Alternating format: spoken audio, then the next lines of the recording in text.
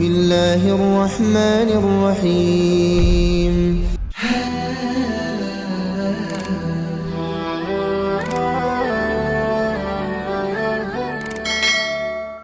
Assalamualaikum warahmatullahi wabarakatuh. Alhamdulillahi rabbil alamin. Allahumma sholli ala sayyidina Muhammad wa ala ali sayyidina Muhammad. Puji syukur alhamdulillah, pada kesempatan ini kita dapat berjumpa kembali di channel Gubuk Santri.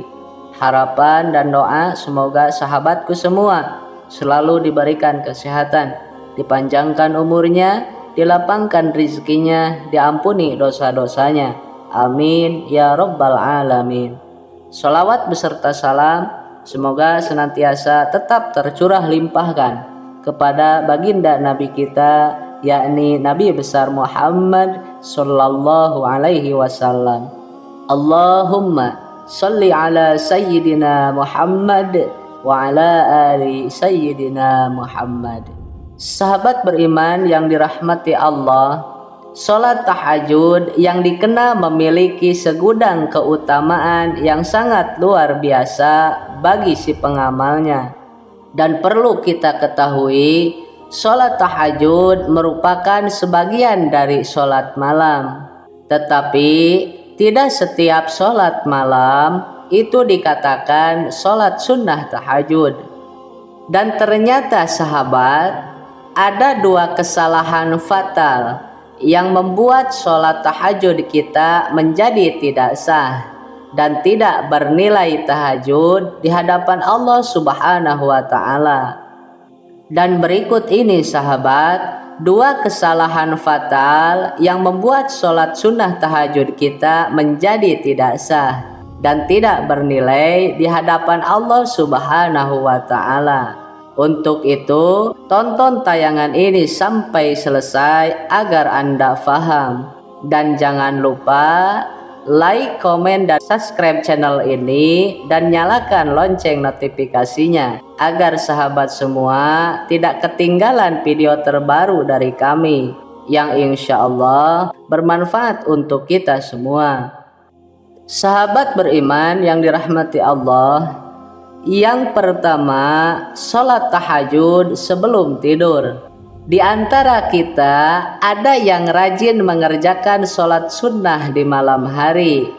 Bahkan ada yang melakukan dari awal isya hingga hampir subuh.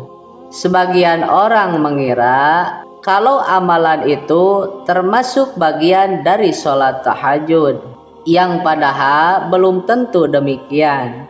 Jika dia melaksanakan sholat malam tersebut sebelum tidur, maka itu tidak bisa dinamakan dengan sholat tahajud, tetapi dinamakan dengan qiyamul lail.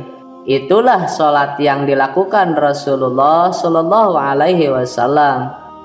Jadi sahabat, syarat utama untuk melakukan sholat sunnah tahajud ini adalah sesudah kita tidur terlebih dahulu. Dan jika pun kita melaksanakan sholat tahajud dengan keadaan belum tidur, maka tahajud kita dihukumi bukan sholat tahajud, melainkan melaksanakan qiyamul lail. Sulaiman Al-Jamal dalam hasyiahnya menjelaskan bahwa tahajud itu tidak ada kecuali setelah tidur. Lalu yang dimaksud tidur itu yang seperti apa? Sahabat, yang dimaksud tidur adalah hilangnya kesadaran dan fungsi panca indera. Jika masih ada kesadaran dan bisa merasakan kondisi di sekitar, maka itu belum bisa disebut tidur, tetapi hanya mengantuk saja. Imam Nawawi Al-Bantani di dalam kitab Majmu'nya menjelaskan, Imam Syafi'i dan para sahabat berkata, perbedaan antara tidur dan mengantuk adalah bahwa tidur itu terkalahkannya akal dan hilangnya rasa penglihatan dan lainnya.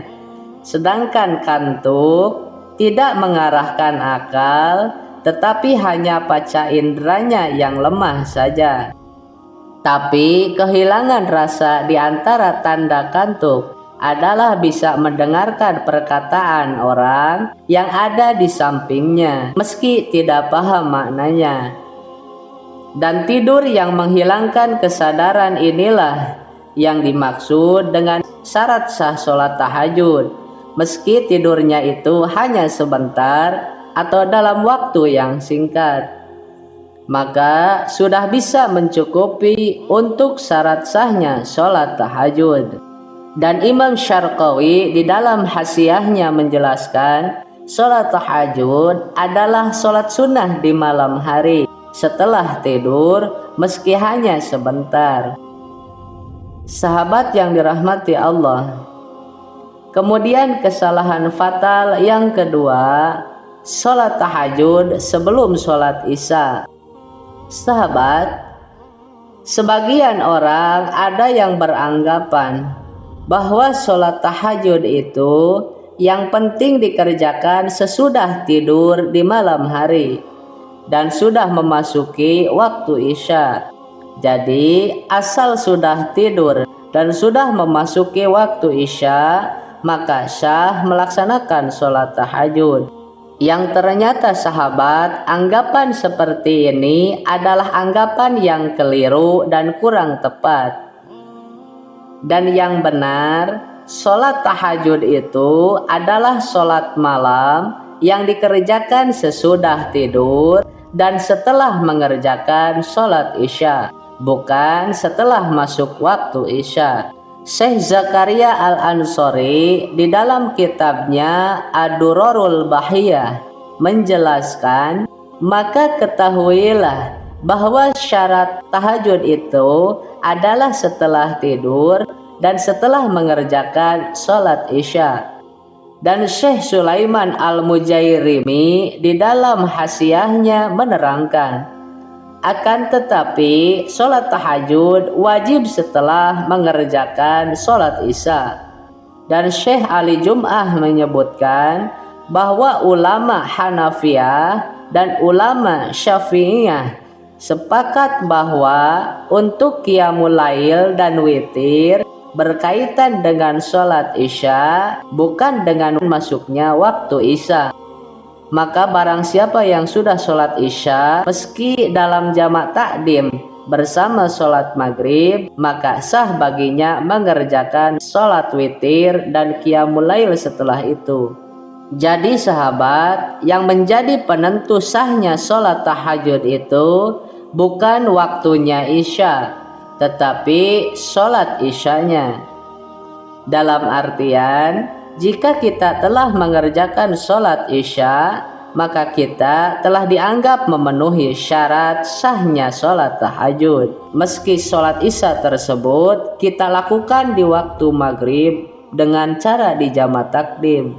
Dan Imam Ibnu Hajar Al-Haytami di dalam kitabnya Tuhfatul Muhtaj, beliau menjelaskan, tahajud secara istilah berarti sholat setelah mengerjakan sholat isya, meskipun sholat isyanya dijamak takdim bersama sholat maghrib, dan setelah tidur meskipun tidurnya sebelum waktu isya. Dan sebaiknya sahabat, jika kita belum melaksanakan sholat isya, maka kita belum memenuhi syarat sahnya sholat tahajud. Meski kita melakukan sholat di tengah malam, maka sholat tersebut hanya disebut dengan qiyamul lail, bukan sholat sunnah tahajud. Jadi untuk kesimpulannya sahabat, dua kesalahan fatal ini yang dapat membuat sholat tahajud kita dihukumi tidak sah dan tidak bernilai tahajud di hadapan Allah Subhanahu wa Ta'ala. Yang pertama, sholat tahajudnya sebelum tidur. Kemudian yang kedua, sholat tahajud dilakukan sebelum sholat isya. Jadi, jika kita berniat ingin melaksanakan sholat sunnah tahajud, Kita tidur terlebih dahulu walaupun itu hanya sebentar. Dan jangan lupa laksanakan terlebih dahulu sholat isya jika kita belum melaksanakan sholat isya. Wallahu a'lam bishawab. Demikianlah sahabat yang bisa disampaikan. Semoga bermanfaat untuk kita semua. Amin ya rabbal alamin. Akhirul kalam. Wassalamualaikum warahmatullahi wabarakatuh.